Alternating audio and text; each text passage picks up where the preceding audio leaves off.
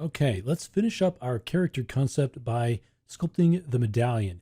And this is another place where you can really be creative. I'm going to show you what I want to do, and you're free to do that as well, or you can do something on your own. So the first thing that I'm going to do is use ZModeler to just add a little bit of a raised area in the center. And so with ZModeler, you can very quickly add a temporary polygroup. So I'm just going to hold down Alt and drag across these central polygons. And you can see they turn white, creating this temporary polygroup. So now as I hover over a polygon, I'm going to hold down my space bar, and I would like to extrude those polygons, and we can do a polygroup island. Okay. And so what we can do is go ahead and extrude those out, kind of extrude them up like this. Now we'll go and I'm going to change this to scale. Again, polygroup island, mesh center. And so let's kind of scale this down a little bit like that. Okay, so that gives us kind of a raised area.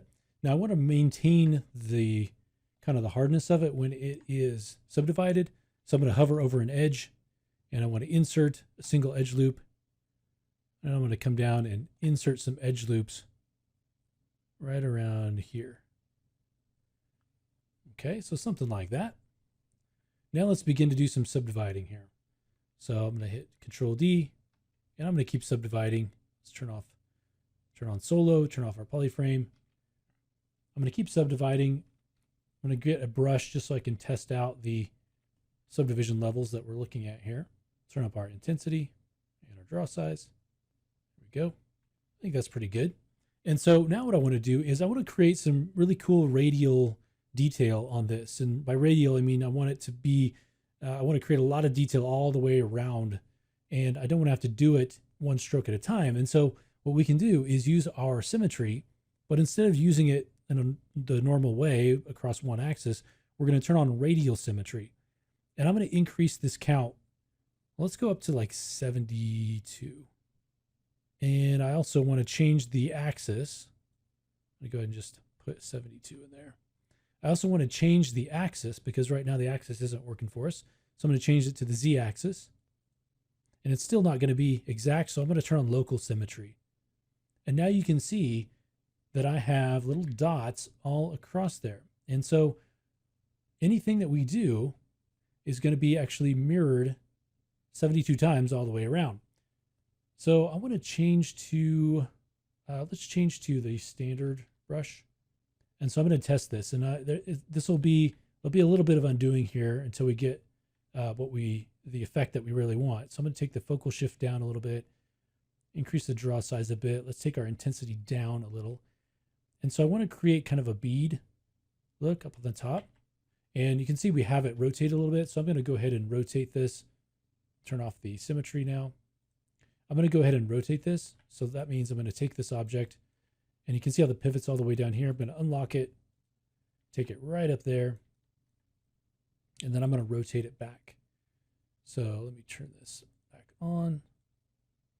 So let's say something like that. Now let's go back to draw, and we'll turn our symmetry back on. And I'm going to change this number back to 72. All right, so now I want to get that sort of raised detail in there. And so you can see that's kind of the effect that we're getting. And so depending on the effect that you want, you can change basically these three values. I want it to be a little bit wider. So you end up with something like that. All right, we can also go back in and we can get Damien's standard brush, and we can, with symmetry still on, we can kind of tighten this up a little. So we've got Z sub here. Let's take our intensity down a little bit. See, we can kind of tighten that up.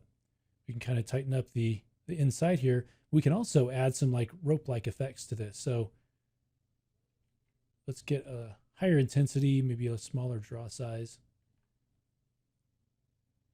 We could come in here at an angle. Let's take our lazy mouse down just a little. And let's subdivide again. So we get a little bit higher resolution. And so we can come in here,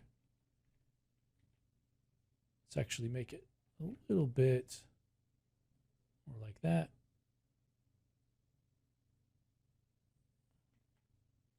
So, I don't know, something like that. Think of this as being gold. And so let's go to Z add. Let's increase our draw size. And now I'm going to start, let's start maybe in the middle of these. And I'm just going to come over here and kind of come down to the center. And I want to stop kind of right before we get here. So I'm going to angle right for this one.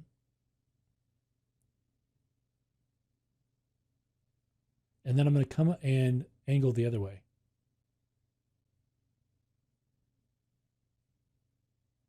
And that gives us this cool kind of pattern there. And again, think of this as being all gold. We can always go back in and kind of smooth things out a little bit. I don't want it to be quite so sharp. Now in the center here, I want to have another area that's kind of pushed in. And so we can do that with many different kinds of brushes. Let's go ahead and get our standard brush and let's do a drag rectangle. We'll turn off our symmetry. And for the alpha, I'm going to use this alpha 6. And I'm actually going to turn on symmetry just so that I can see where the exact center is. I'll turn it back to X symmetry. And I want to push it in. So something like that. Okay, now I want to kind of chop off the edges of this. So I'm going to get the trim adaptive brush and I'm going to turn the symmetry back on radial, but I don't want quite so many. So let me take this down to maybe 24 and let's take our draw size down a little bit. So something like that.